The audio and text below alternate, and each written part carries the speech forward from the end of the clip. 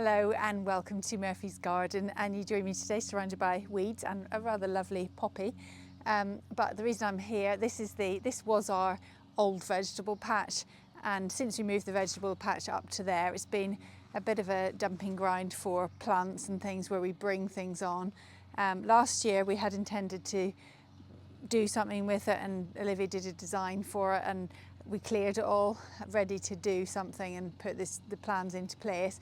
However, it never really happened. Can't remember why. I think we got distracted, as we often do, doing other jobs, and we had covered it all in black plastic, but over the winter the black plastic got blown up, got blown off, and then we haven't done anything with it, and as you can see the weeds have just come back with a vengeance again, which is really annoying because I've got to now weed it all again. But what I want to use this for, Olivia, as I've mentioned, is doing this garden for the Tatton Flower Show. Liv's back tomorrow, so we'll have a chat with her tomorrow when she's back. But what I want to spend today doing is just clearing all of these weeds, because we need somewhere to put all her plants. She's going to be picking up plants next week from the nursery. We have, I think, sort of solved the rabbit problem.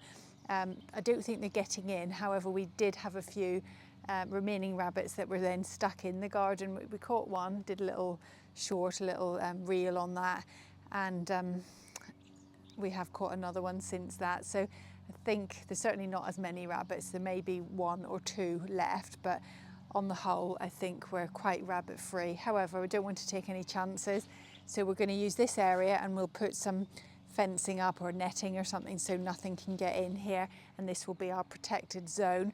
But obviously we've got to get rid of all these weeds before we do that, and then we'll cover it all with black plastic. So that's the plan. So I'm just going to get on and weed. I have made a good start, a bit of a start, but I've just gone to get some better gloves because I was getting a bit stung with all the nettles. So that's my plan. So that's a bit of a difference, isn't it? So we've covered the whole area. There are still obviously some remaining weeds, but the majority of them I got out. And then we had a big bit of sheeting, which we've put down. We've just pegged it all down. Alistair pegged it all down. And then what I've done here is just to mark out the size of Olivia's garden with the bricks. So the sort of dotted line using the bricks marks out the size of the garden, so you can see what size it is. So it's actually 7 metres by 2 metres, just under that, because it's going to be a raised border. So it just gives you a little bit of a feel for the size. So we'll wait now for Olivia to come home and we can make a start with the exciting bit.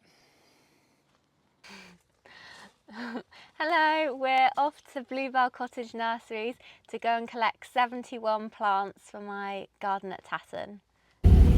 And this is the team so far. We've got more members to add at a later date, but this is the team. Your garden is called Small Actions, Big Impacts. So we're off to get the plants and make a start on this lovely garden. And Bluebell Nursery is owned by a lady called Sue Beasley, who Olivia's met. I haven't met Sue, but this is Anne, who Olivia's been dealing with, and she's been growing and preparing all the plants for Olivia. So she's kept them all here in this polytunnel. However, seeing all the other lovely plants, of course, we've seen a few that we didn't have on the list, but we thought would also make a lovely addition. So we have been tempted by a few other ones as well. So we're just picking some of those out too. And then Olivia has just finalised the list. This is the list.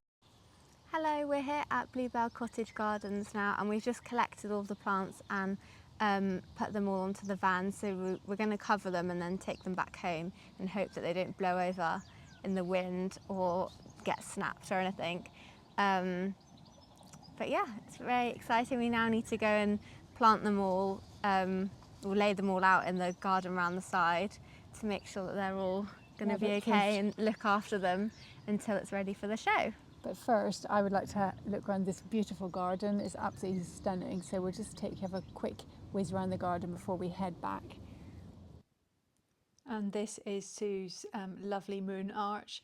And as we head in through it, we come into this little woodland area, which is quite a reprieve from this hot weather that we're having. It's really quite hot today. So lots of nice woodland planting. Down here, I've got this beautiful little wildflower area. Stunning. Lots of oxeye daisies, and there's little geraniums mixed in there, and dandelions and things. And it looks so pretty, and lots of butterflies on it. And this is a little shady spot. We've got some brunnera there. So fine example, there's some eupatorium. Fine example of all the plants that they're growing in the nursery. Just showing us how to lay them out. It's lovely. That lovely little building at the end. And we really like the yew hedge. Look how they've done their yew hedge.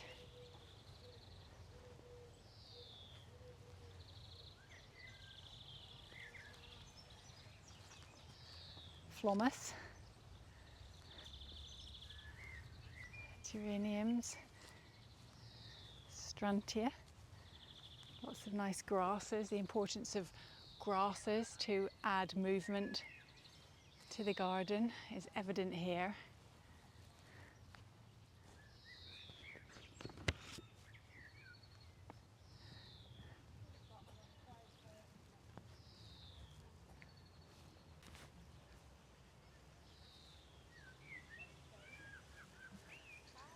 It's a Cornus cusa like ours, just going over.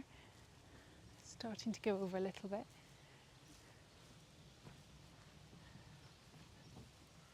And we'll head now into the vegetable garden.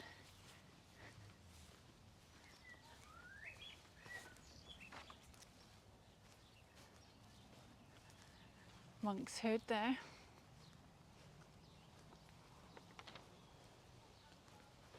Liking all the sanguisorba, so much so that we've bought some different varieties of sanguisorba, which we'll show you when we get back home. This is quite effective, where they've just built some brick columns for an archway. It looks lovely.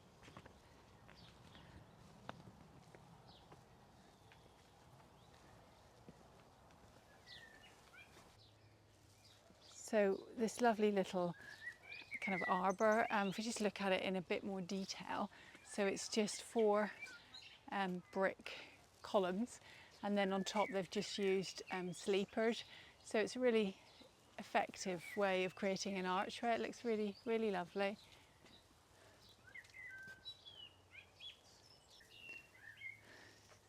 This is a very nice seat made of some interesting driftwood. And this is the vegetable garden.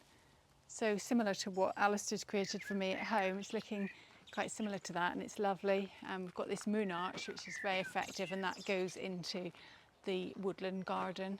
Good to see all the plants in the nursery growing, how to grow them in your own garden. And the nursery's got a little tea room. And then all the plants are growing here, and they specialise all in perennials. Alice has put them all into the trailer.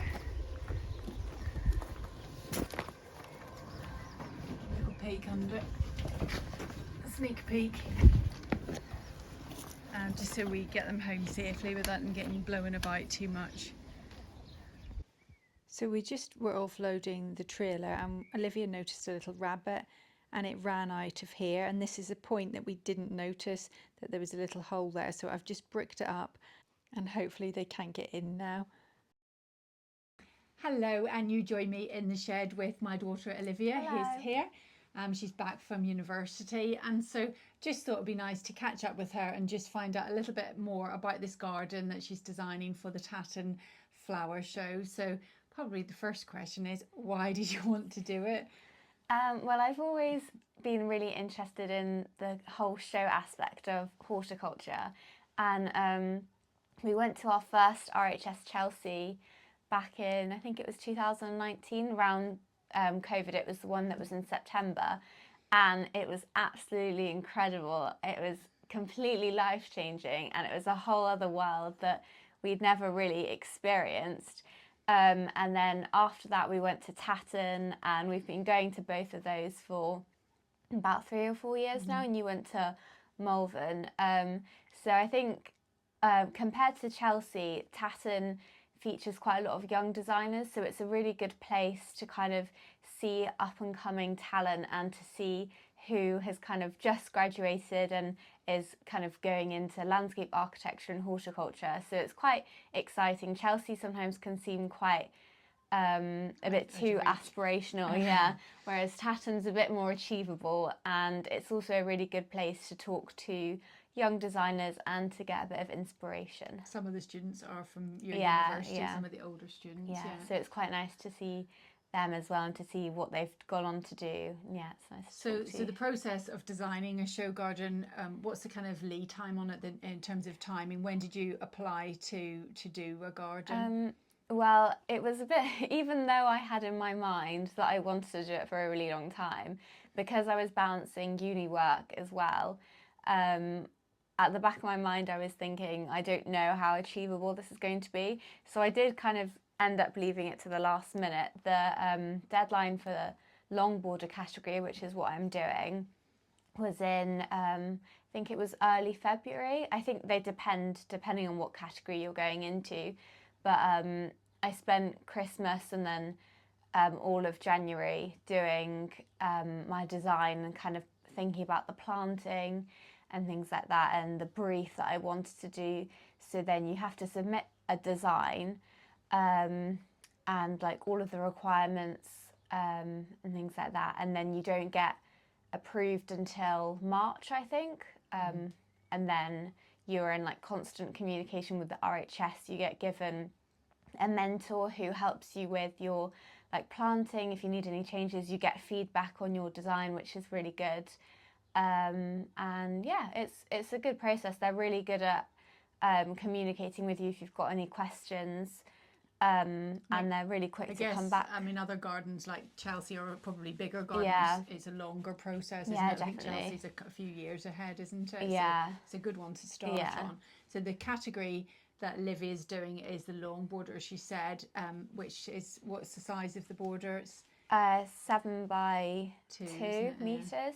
So it's quite a good space. It's not too big, and it is raised as well, so it's not just flat on the ground. So it's quite nice that you don't need to like excavate into the soil. They just have like a lot of nice topsoil already on the site. Mm-hmm. It's nice that we've been before, so we've got you can kind of see. Yeah. So if you're thinking of it, it's probably a good idea to go along to Tatton. I'm going looking back at all the pictures that we took last year, though, and like zooming in loads. Whereas looking whereas at it before I was makes kind you of look at it with a new, completely new eyes. But even like, oh, how did they do that, or like what was the planting like, and that sort of thing, and even like what they included on their signage and things like that. So what was the theme that you were given? So I think it changes every year. They're really loose themes, so it doesn't matter too much, and usually you can kind of coordinate whatever you already had in your head to fit the theme. But the one this year was make an impact. So I wanted to base my garden on an urban front garden and show people what they can do with a really small space and create really lovely green corridors going throughout a city. So kind of trying to show people the importance of, yes, a city can be filled with loads of green parks, and Sheffield, which is where I'm at university, that is a city which is like that. It's got loads of parks and green spaces, but yes, you can have loads of really nice biodiversity in a park, but if you don't have green corridors to allow that biodiversity to flow through the city, then you can end up with interbreeding and things like that just within the park, and the wildlife can't spread throughout the city. So creating front gardens which act as green corridors allows biodiversity, wildlife and birds to kind of bounce through the city, and it's a really good point. They can kind of go through the city and spread and ultimately create more and more biodiversity. So the garden that you've designed, what have been the influences for you to come up with this garden? Well, as I was walking to university every day, I think it's quite stark looking at some of the houses. Some of the streets look really lovely and they're filled with plants. The one that I was living on last year was one of those. It had loads of trees along the street, and people, it was quite a residential area. So loads of people would have pots out and things like that, and it was really nice, even though they were renting. And I tried to do my bit, got my little terracotta pot and put some plants in it. But yeah, but then when you're walking through some other parts of Sheffield, there's just no greenery at all, no street trees whatsoever. Concrete and wheelie bins. Yeah, exactly. And doing my ecology module that I did this year, and along with like planting design modules, it kind of really made me think about how to kind of change that. And I think the biggest way to do that is through front gardens, and just showing people what they can do. Even if you've got the tiniest space, every little counts and everything can add up to make a big difference. So in your head, what was the kind of look that you were going for with this garden? I wanted it to be quite wild and quite free-flowing.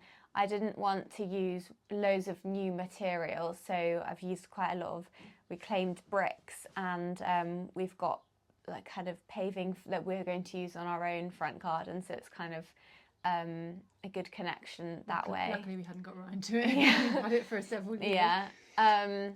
And then I'm using I'm creating a front door, and there's a really lovely local willow sculptor who I contacted, and I'm working with her, and she's created a really beautiful archway for me, which I'm absolutely thrilled about. I'm going to collect it next week, so I'm really excited to go and see it. And she's also made me a really lovely little cat, which is so cute to go in the doorway. So yeah, like woods, and then you're making me a wreath to go on the door as well. And then I've got a steel planter which I'm using as sort of like a rain garden, so it's going to have some aquatics in and filled with water, which would also help for biodiversity and things like that in the garden. And that's just, we've borrowed that from our friend Mike the blacksmith. It's an animal trough. Yeah, so it's quite nice to think about what it was before. And then I've also a company that we bumped into at NEC show. Landscape show. Yeah, they were really lovely. They do bee posts made from Douglas fir trees, and they've got loads of little holes in, and I've got 3 of those going into my garden, and bees absolutely love them. So, and I think like other insects as well, it's not just bees, but it gives them a little place to kind of hibernate and have a little recluse of their own. Well, let's just talk about like the practicalities of doing the garden. So what have been the biggest challenges, would you say? I think I'll tell you what I think. Right, you go first. I think the coordination of it has been quite difficult, and even like contacting companies. Sometimes you contact people and you don't hear anything back, and you get really excited about certain things and you don't hear anything, so you kind of have to just go on to the next thing regardless of what. You can't really hang around with it too long, and then I think it is quite time consuming, and you do have to be quick on replying to emails and be good at like getting things done for specific deadlines. So that's been quite difficult, balancing that with all of my other university deadlines. But it's nice now that I've finished and I can put my heart and soul into this and not have to worry about anything else. And then I guess for you, probably growing all of the plants.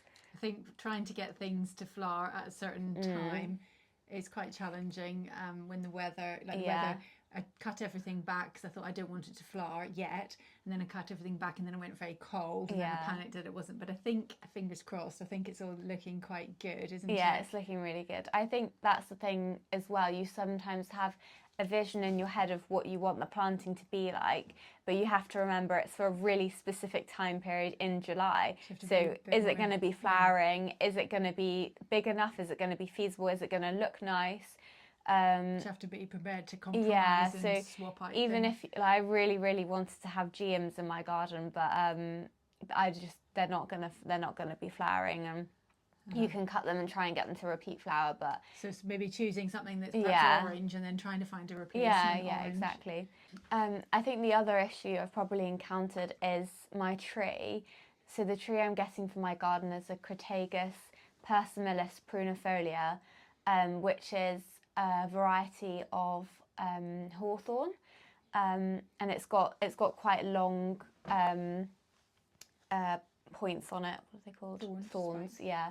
It has really lovely berries and really, really nice blossom as well in the spring. And it's multi-stemmed. It looks really nice.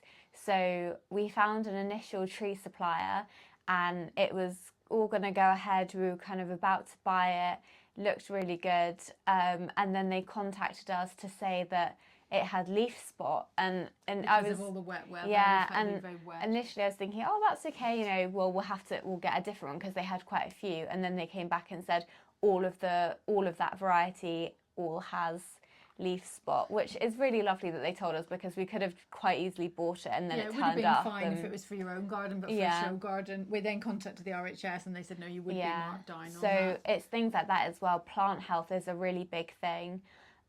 So you need to make sure everything is in pristine condition, which I'm a bit concerned about, because when we went and collected all of the plants, we put them in the back of the trailer and uncovered the trailer, and some of them had fallen. Potholes going through Cheshire, so some of them had jumped out of the thing. We're going to have to reconsider that for the journey going down. I think we might put it in cars for a softer landing in case they do fall over, but things like that. Live and learn. Yeah, but I've got a really lovely tree now. I went to go and see the nursery. They're called Deepdale. They only do wholesale and kind of things for designers and clients and things like that. But really good nursery. It's absolutely enormous. It's based in Cambridgeshire. And yeah, I went in and it was absolutely mind-blowing. It was insane, and put our little high-vis jackets on and walked around, and there were massive trees being unloaded off these lorries, and I was like, oh my goodness. And they grow them in, is it called air pods? Yeah, they grow them in air pods. Air pots or air pods? Air pods. Anyway, that's something we'll talk about when we get the tree, because it's really interesting technology there. Yeah, really interesting. But that's being delivered on site, so we'll have to wait and see with that one. Yeah, but you've physically seen it. Yeah, I went and picked the tree out myself, so I know what it looks like and everything. And then I would like to talk about our biggest challenge, which has been the rabbits. Yeah. So we've had a rabbit invasion. So we had to stop everything that we were doing. Luckily, Alistair had done the raised borders for my vegetables, which I had intended, incidentally, to grow vegetables in. But I've had to sacrifice that this year for a favour of protecting Olivia's plants. So they've all gone into the raised borders in the vegetable area. And the advantage has been with that, I've buried the pot in the soil, and I think that's easier to look after the plants because it's easier. That's another thing to note. So when you're doing an RHS garden, because the breakdown, the turnover for it has to be so quick, as soon as the show day is finished, you've got a day. You've got a day to literally take the whole garden apart and transfer it back to wherever it's going. So you have to plant everything in pots. Which kind of makes sense, but it's something that you don't usually think about when you're just visiting. Like whenever we first went to the show, that I never really considered that. Yeah. So as well as designing it to kind of look aged and look like it's been there for a long time, you also have to bear in mind that you are going to have to take it all down. So you want it to be as easy and quick to take down as it is to put up. Yeah, and with it being a show in July, we've had to keep potting plants on into the next size pot. But as Olivia pointed out, you don't want it in too big a pot because you have to plant them close together so that they look natural. So the pot can't be too big. So it's all these things. It's a fine balance. And even having enough pots. So I normally think I've got so many plastic pots and I've been, kind of wanting to get rid of them, but now I'm really glad I didn't, because we've used every one, I think, and we've had to get some from other people. So that's been a bit of a learning curve. But with regard to the rabbits, so those plants were safe. But then when we went to pick the new plants up last week, we thought, well, we'll keep them safe in what was our old vegetable patch. So I've shown you the footage of where we've cleared the vegetable patch, and the plan was to put everything in there and put a fence up and then know that area at least is safe. We have had, I think we've caught, how many, I've lost count now, maybe 5 or 6 rabbits. So we thought they're still getting in, even though we've rabbit proofed right the way around the whole perimeter, and we couldn't figure out how they were getting in. But when we offloaded the trailer the other day, we were just about to put them in, and Olivia said, "Oh my gosh, there's a rabbit, there's a little tiny rabbit." And it went straight through. We've got this white gate at the bottom of the garden, and it was running towards the gate, and I was thinking, there is no way you're going to fit through there, and it just went through it Squeezed through a little hole at the bottom. So that was good, because the plan had been to put all the plants in there and then block it off, so the rabbits would have been caged in with all her plants. So we'd have come like the next the free morning help with yourself kitchen. Yeah, it's a buffet, all you can eat buffet. So that was really fortunate. lucky. So we managed to catch that one, and we blocked up the hole, and yeah, but we think that this still might be the odd one getting in, so we're still a bit on tenterhooks with it. But so far the plants are looking okay. good. So I think now, is that everything you wanted to say? I think so, yeah. So I think it would be nice to go and we'll just show you where we're at with the garden. We're really fortunate in that we've got this area around at the side. A lot of people, I don't really know what other people do, how they manage, but this area is just exactly the right size, isn't it? The length of it is just 7 meters.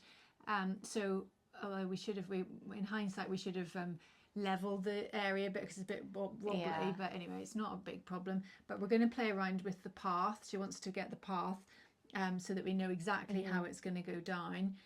So we'll go and have a look at that, and we'll go and have a look at some of the plants, and then perhaps in another video we can go through plant by plant exactly what we've chosen. I think that'd be quite nice to have, even for a record or for ourselves. Yeah. And you've grown some really lovely annuals and things that are really good for cutting gardens as well, which is nice. I think that the aim for the garden was to have a kind of multifunctional space, so it's not just going to look really pretty. I've put some edibles in the garden, like herbs and things like that, which are combined with other planting. And then my tree is really good for like blossom in the spring. It's really good for berries.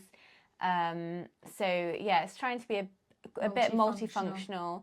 And also to show and encourage people that you can create a lot of plants for pennies, with seeds. Yeah, and I think us growing some of our own for the garden, I think I really wanted to do that, because I really wanted to show people that yes, we do have this garden, and we're really, really lucky to have all this, and we have a greenhouse and things like that. But it is feasible to grow your own plants. And even like at my uni house last year, I got all the girls that I live with really into plants, and we planted loads of seeds and things like that.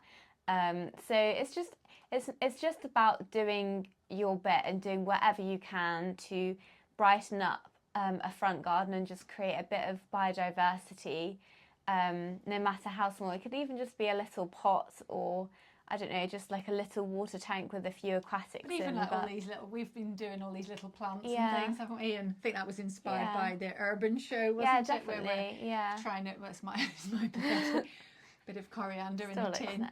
But it's I think the contrast for me, having lived in the countryside, then going to a city, is just that, I don't know, here it seems like there were just, I don't know, it's difficult to wrap your head around that there just isn't enough biodiversity in a city, because here we're just absolutely surrounded by you hear the birds constantly, like there's millions of rabbits in our garden. Rabbits, we've had owls, we've had all sorts of it's like there's so much biodiversity, so many bees in our garden. And then going to a city, it was such a stark contrast. It was like, oh my gosh, I suddenly feel really disconnected from nature. And it's only when you walk in a park or something like that is when you get that boost of greenery and outdoors. But I think as well, creating a really lovely front garden just for passers-by and people on foot and people commuting to work, it just really enlivens your day and completely changes your mood and puts a smile on people's exactly. faces. Yeah, it's not for all mental about health, and it's not all about wildlife as well as humans just for your own well-being. It's so beneficial, and just being able to kind of tend to a little space that's your own and look after and care for something just really has benefits for yourself, other people and nature. So yeah. So let's go and have a look outside what we're up to. So this is the vegetable patch. I don't actually think I've shown you, it's not completely finished, but it's nearly there. So here we've just got some gate posts that we're going to put. We've got this beautiful gate that we had at the front. It's a lovely old gate, and we're going to get that hung on here, and that will just make this area seem, you know, more just a zone in itself. So what we've got here, the raised borders, in fact, I think, Livy, these are the height, aren't they? The height that the borders are going to be at the show garden. They're 3 sleepers high. And here we've just got some of the plants that I've been growing. So we've got loads of Nicotiana, and you can see that it's in pots. We've got zinnias, and they're all at a good level where they're just budded. That one has come out, and some cosmos, and also some antirrhinums there, apple blossom antirrhinums. And then over here we've got, this is just my vegetables, that's my one bed for my vegetables, so that's not Olivia's stuff. Here we've got cosmos, we've got, this is the salvia nemorosa caradonna, is it the other way around, caradonna nemorosa, whichever way. And this, I cut this back because it was going to flower too soon, so I hope I've done the right thing. Quite a lot of little buds on there and things, so I think it will be. I think it will be good. And this is the grass. This is Stipa tenuissima. We've got quite a lot of that, haven't we? Yeah, we've got some more around the other side. So I want to have that, quite a lot of that just flowing throughout the garden, so repeating it quite a lot. Apologies for the noisy neighbours. This is Ami majus. Again, I think that's at a good stage. We've got some of the, this is Floris dill. There is more of that elsewhere, which we might need to dig up actually, I'm not sure. Then this is the other kind of Ami as well, and then we've got the Enothra here, which I just dug some of that up from the butterfly borders, and these are the Nepeta. These are the cuttings that you did, Olivia, back in at Easter time, so it's good to see they're in flower, so that's good. And then over here, I did actually put these in the ground simply because I didn't have enough pots, but these are a type of scabious, and I see that 2 have died. I think perhaps I've overwatered them, I'm not sure. And this is Craspedia globosa, which is the lovely little yellow pom-pom flower that we saw such a lot at Chelsea. We've got quite a bit of that. I've got more of that somewhere out. Oh, here I've got another row of it here, so hopefully that will come on a bit. This is creeping thyme, and that's doing really well, because what Olivia wants that for is putting in between all the bricks, yeah, little nooks and crannies. And they've got lots of this. This is Lagaris ovatus. Appropriately we're growing this because this is also known as bunny tails, so if you wonder what's happened to all the bunnies, Yeah, nod to the issues. A nod to the rabbit problems that we've had.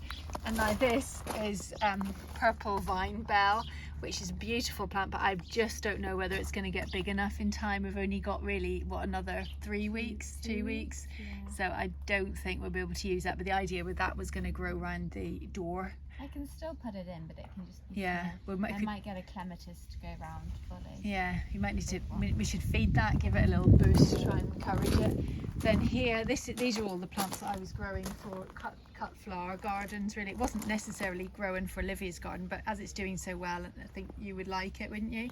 So this is lots of different types of limonium. This is a nice one, and then we've got the yellow one. And this is just lovely. This is Amobia melatum, which is the everlasting straw flower. Just love that. More Nicotiana, more of the more antirrhinums, and this is more of the Floris dill. I don't think you're going to use that, but that was the amaranthus.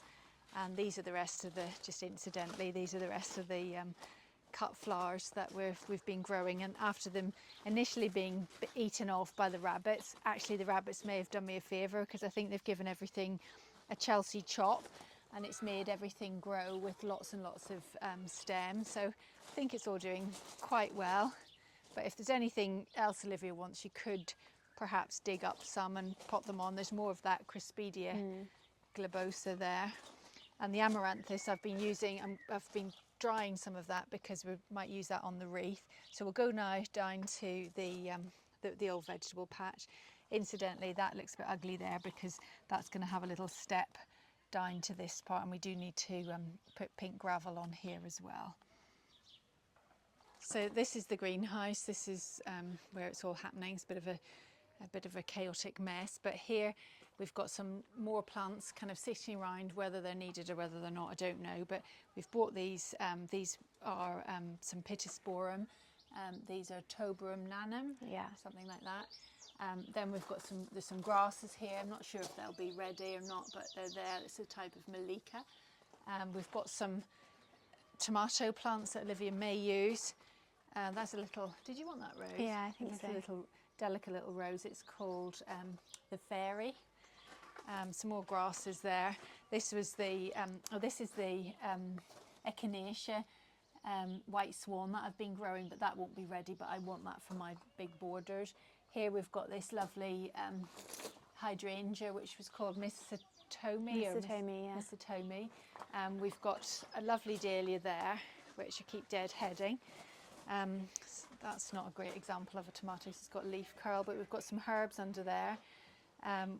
We've got the epimedium, which is lovely for a shady area, and it's got nice foliage. We've got some mint, if she wants it. We've got some ferns there. Some other things that we won't really use. What have we got in here, Liv? There's more Auriga on there, some Gypsophilia. What's that? Oh, Pennisetum, which I might use. Oh, I potted that. You didn't know whether you wanted to have some kind of little cuttings and things sitting on the yeah, side. That would be really, yeah, that's I would a little really like that. hydrangea paniculata, the, you know, the nice. limelight one. Yeah, and then this is you got this from someone you know. It's just self-seeder. I thought one of the things really about pretty, show gardening is to look as if it's really natural. So like we've got dug up a little bit of that Alchemilla mollis just to put in like a nook and a cranny, just to look as if it's self-seeded, try and make it look natural. And then at the back there I just grew some more lettuces and things. I don't know whether they'll be ready or not, but we shall see. So Alistair gets all the good jobs. He's going round behind, in between a hedge, which is a holly hedge, and a fence, looking out for holes, and he found how many? 2 holes. 2 holes. So he's where the metal of the chicken wire kind of rusted a little bit. So he's repairing that. So that's good. And then our hoarding instinct has paid off, because these are all the things that we hold on to. It's quite heavy. Go on. Heavier than it looks, but he goes to the gym, so that's all right.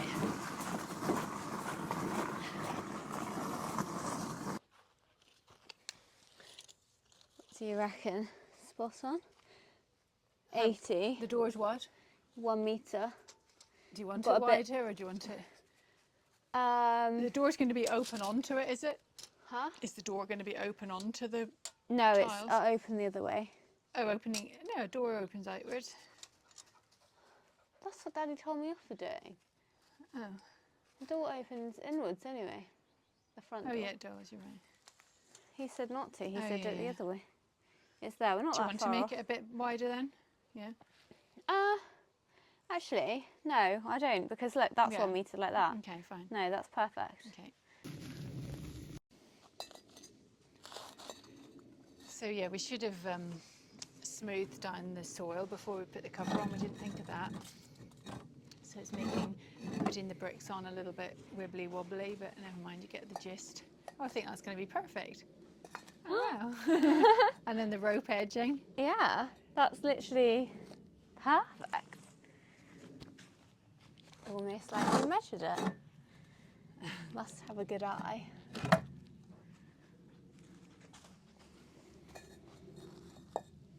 I wonder why we've got so many tiles left over, because that's not that much smaller than our No, front door. that's about 2 metres. Oh, I suppose we've got 2 steps. We've got 2 steps yeah, at the front but door. that's probably about 1.82 metres. Yeah.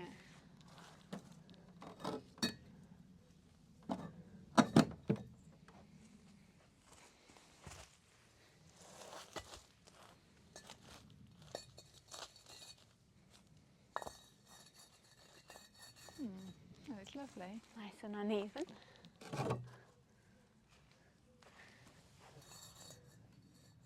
Is it? Or chat. What are you doing more like? what are you doing if you find any more holes? One more down there.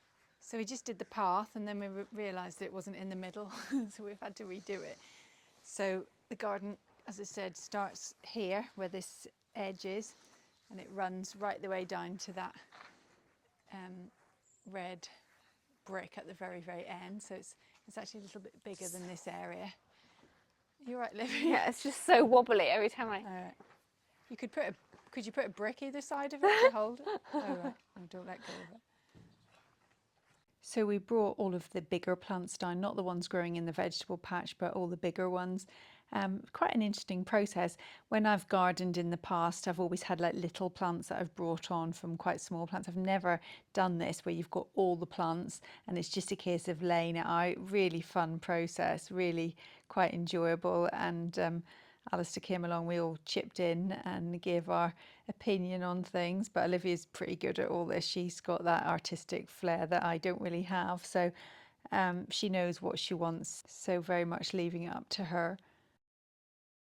The cat can be chasing the mice, isn't it?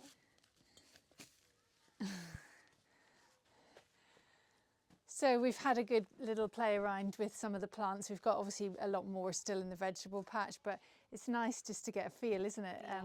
We've got the overall feel of the planting and things like that, and it's quite nice to see it all laid out, to see how much you've got and what else. I think we've got the right amount, don't you? Yeah, I think we'll be just about there.